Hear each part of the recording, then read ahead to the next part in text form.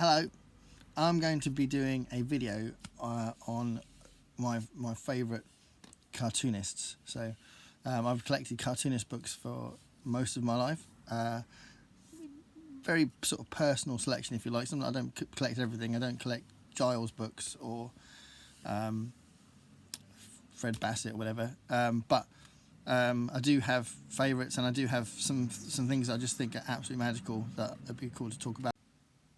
So I'm going to do 10 cartoonists, and they're all people I love their work, and I love, the books I have of theirs. It really mean a lot to me. So hopefully you might find something you haven't seen before, or just a little mildly curious. Anyway, 10 cartoonists.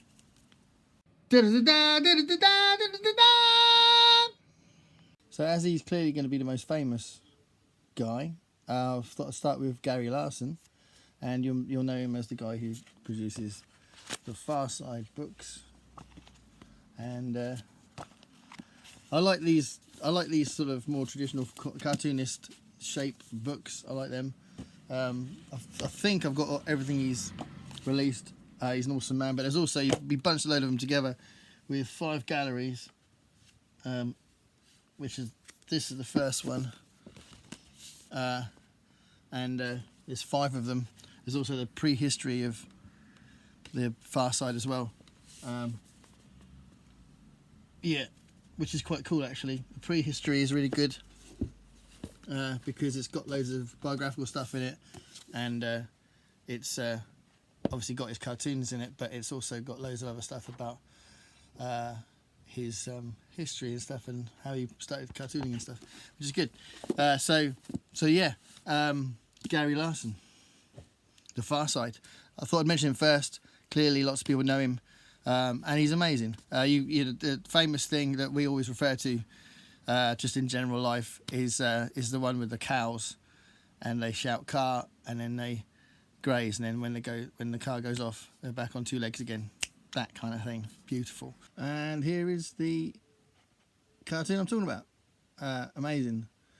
Some of his stuff makes you smile, some of it makes you laugh out loud, some of it's just sort of silly. And he likes to play with stereotypes as well. So like here you've got, the idea of the geeky scientist not doing that, but clearly there's a lot of sort of masculine stuff going on there. Macho posturing amongst the scientists. So that was Gary Larson. I'm going to talk about Charles Addams now. So I'm talking about him because I think he's probably, is he my favourite? I don't know. I might change my mind, but he's probably, I don't know, I've got a lot of affection for him. He's obviously the creator of the Addams Family. I don't know if you knew that that's where it starts from originally. But this is an awesome book. It's like, his books aren't very easy to get hold of. But this came out and it's just so brilliant. It's an awesome overview. And what's really cool is it's nice when you get a really big chunky book which has got the cartoons spread across the page. So yeah, most of Charles Addams books are actually like that. You don't have to have tiny panels like you do in the Far Side books. So that's really cool. So Charles Addams. So obviously the Addams family has got a particular style. He's very famous for his kind of macabre sort of sense of humour. He's got a very dark take on the world. So this is where you'd have an edit. Yeah, so YouTubers, booktubers do these edits. I need to start doing that. Yeah, like, so not all of his cartoons are about the Addams family, but most of them are kind of macabre. So you've got a lovely one here with a hunter looking for ducks, and then witches. So in reference to the fact that he's got this macabre sense of humour, you've got a book here called Happily Ever After, and then it's got a collection of cartoons to chill the heart of the one you love. I love this sort of thing. That's a non-Addams Family Charles Addams cartoon there. Love it. This is genius. Look at that. It's amazing.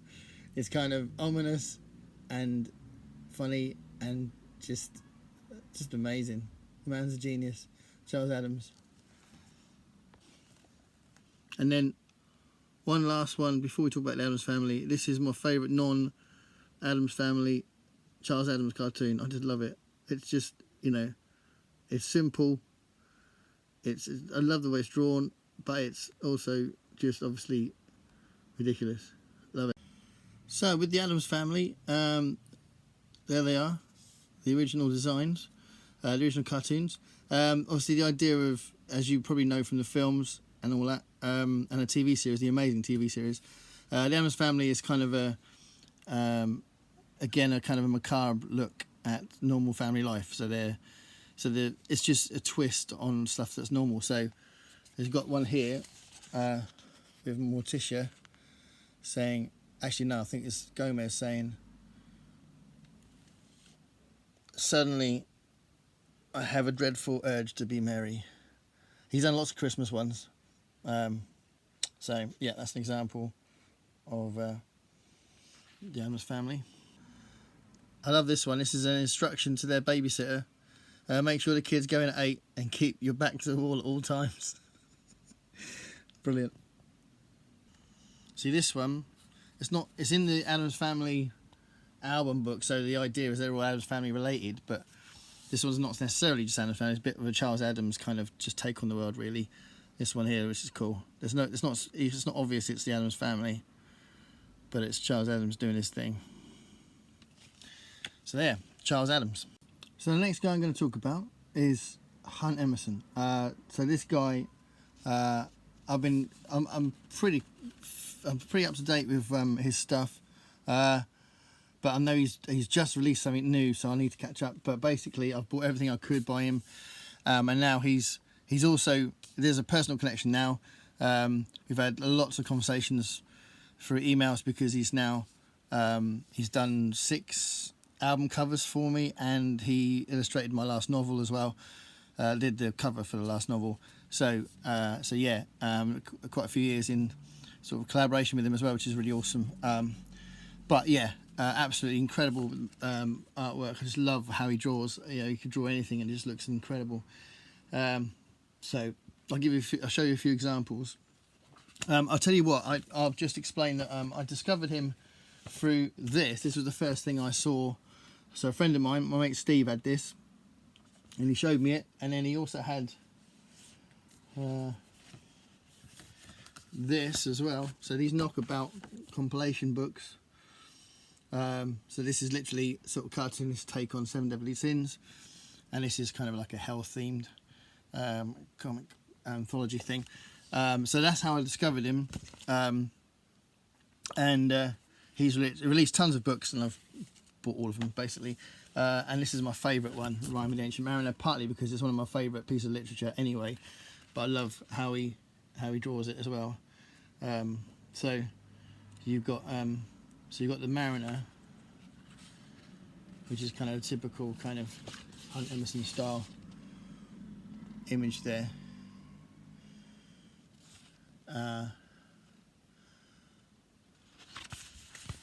And obviously telling the story of I don't know if you know the story, but it's an awesome, really sort of classic epic poem with, which should be filmed one day. I don't understand why Hollywood hasn't done it, because it would just be amazing if they did. Just love how he draws. I just love it.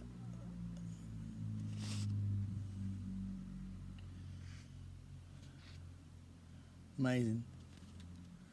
So that's Rhyme of the Ancient Mariner. Part of the reason why I tried to get in touch with him when I first started working with him for Bemis was personal demons. I knew he drew devils and demons really well, and I just thought, I wonder if those kind of people are contactable. And I kind of did a bit of searching, and there we go. He was up for it, and the cover of our Personal Demons album is awesome. And I'll put it. Here it goes. It looks like this. So that. Actually, I'll show you a few more. These are Hunt Emerson's covers that he's done for us.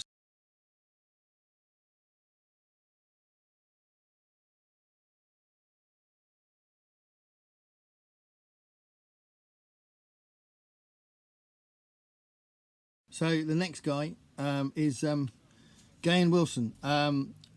he's really well known in the science fiction circles because he edited some anthologies, illustrated lots of anthologies, and just known in the business, in that end of the business. But he's fairly obscure in general, certainly in this country. He might be more known over in America, but certainly in this country he's a bit unknown. But he did some things for the Twilight Zone magazine, which I think was how I first discovered him. I try and buy whatever I can. It's very difficult to find his stuff, but he's just amazing. Similar to Charles Addams in his take on life, but slightly a different way of drawing. The Monster Collection, again, a lot of his cartoons are kind of horror themed, and I love this title. And then we'll get him. I just love that. There's this one.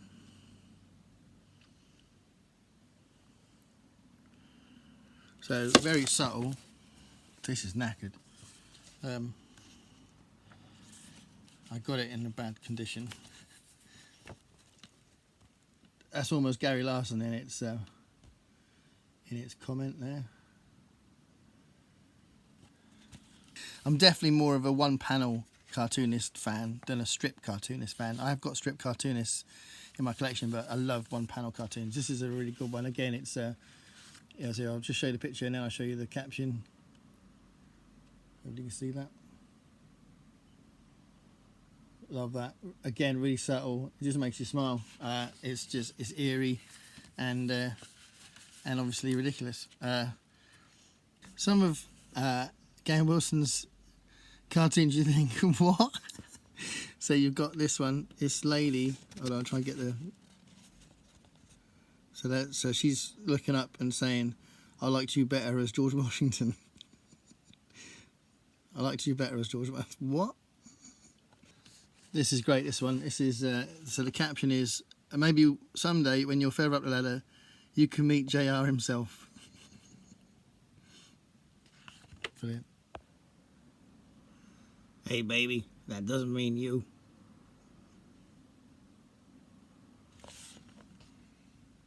Voices. So they're saying, of course the place wouldn't look so small if we weren't elephants. More voices.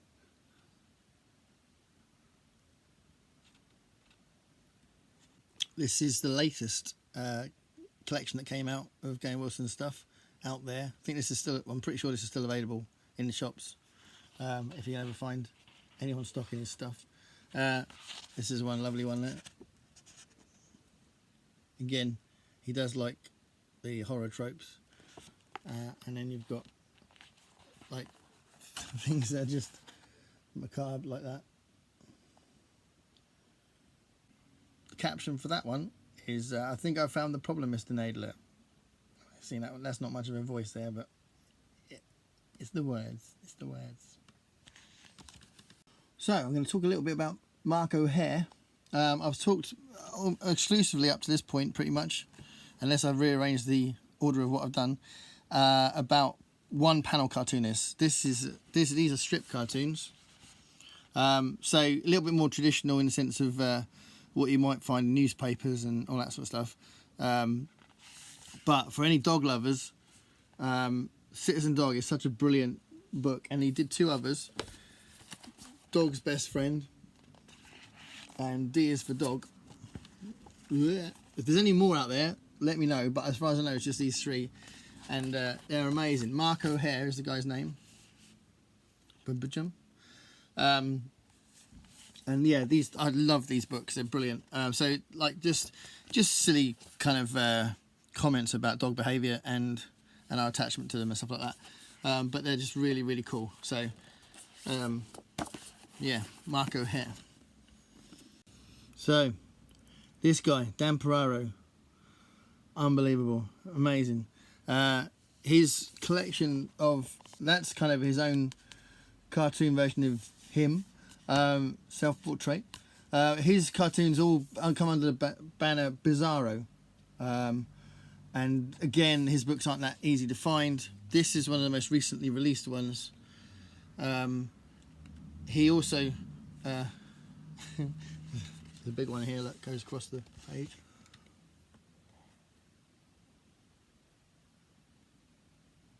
So a bit of a social comment. He's a bit more of a social commentator. So some of it's just surreal, bit like Gain Wilson, but some of it is making social commentary, and he's become more like that. So I'd definitely say the later stuff that he's done is definitely more, because he's become a very passionate sort of animal rights activist and all that kind of stuff. So there's a lot of it's about that. But this was the first book I bought by him, and I absolutely love this book. It's just page after page of brilliance, and again, I love the way he draws. The endless search for my real parents were full of disappointments. This one's a good one. This idea, like a little bit like Gary Larson, where, you know, something else is going on that we're not even aware of. So, DanFerraro, Bizarro, and you know, there's a fair few books out there, but they're not easy to find. So, if you can get them, get them. So this book, this guy here, Paul Kirshner, is getting a slot in this top 10, really thanks to this one book. I love this book so much. It's one of my oldest books, actually. I bought this back when there was something called the Portsmouth Bookshop in Arundel Arcade, if anyone remembers that. The Bus. Some of this is just mad, and some of it's funny, and some of it's just clever, and some of it's weird. It's just such a different range of humour, and sometimes it comments on humour. So obviously you've got these two different types of humour here.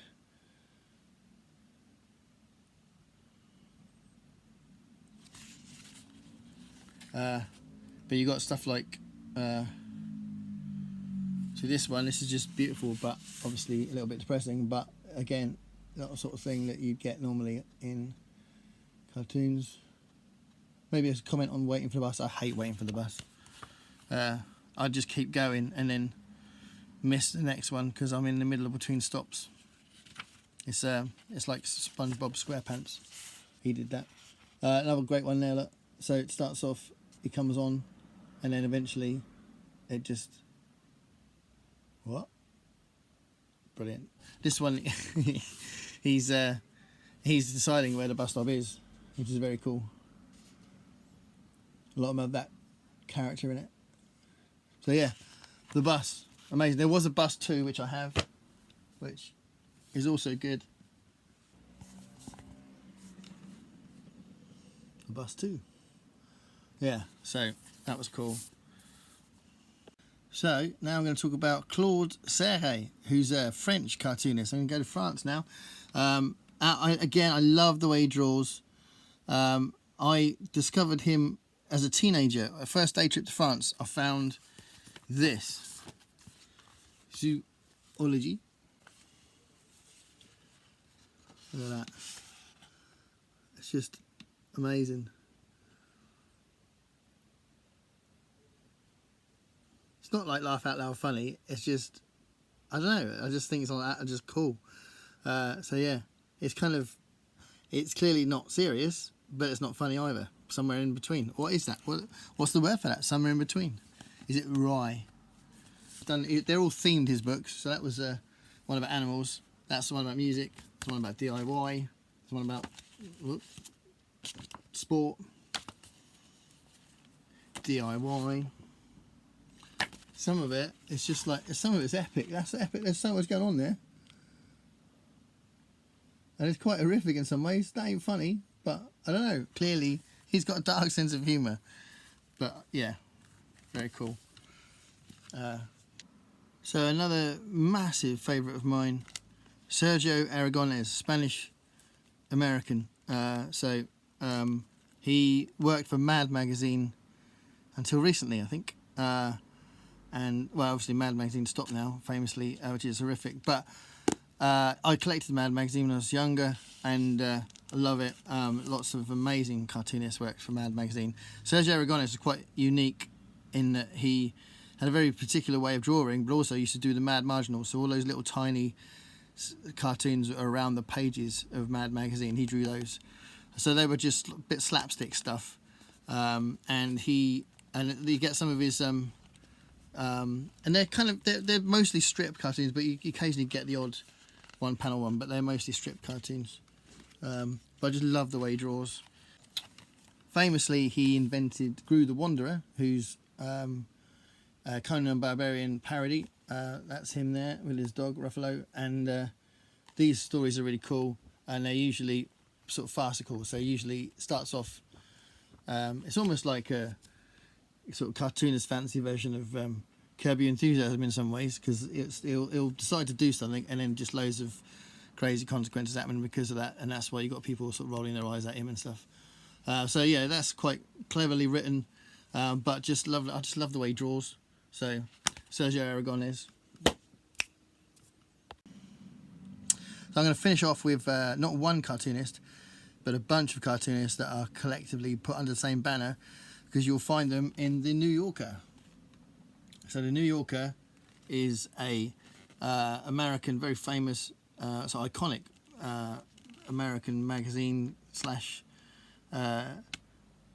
periodical political commentator, social commentator, and it's famous for its cartoons. There's loads and loads of anthology books that you can get that are themed according to whether it's a New Yorker book of Doctor or cat cartoons or dog cartoons, or there's another Doctor one there, or literary cartoons is one of them I've got here. I've got tons of, if I find a book about the New Yorker with New Yorker cartoons in it, cartoonists, I will get it. This is like one of my prized possessions. I love it. This is the complete cartoons of the New Yorker. It's got a DVD with it, and it's there's 70,363 cartoons on that DVD, and it's just obviously there's an immense amount of stuff in there. Charles Addams is in there because he did draw a lot for New Yorker, but you've got other people in there like Tom Chaney is a cartoonist I absolutely love. I really love his stuff, but you can't get a book by Tom Chaney. I don't know why. There's never been a collection, which is a bit weird.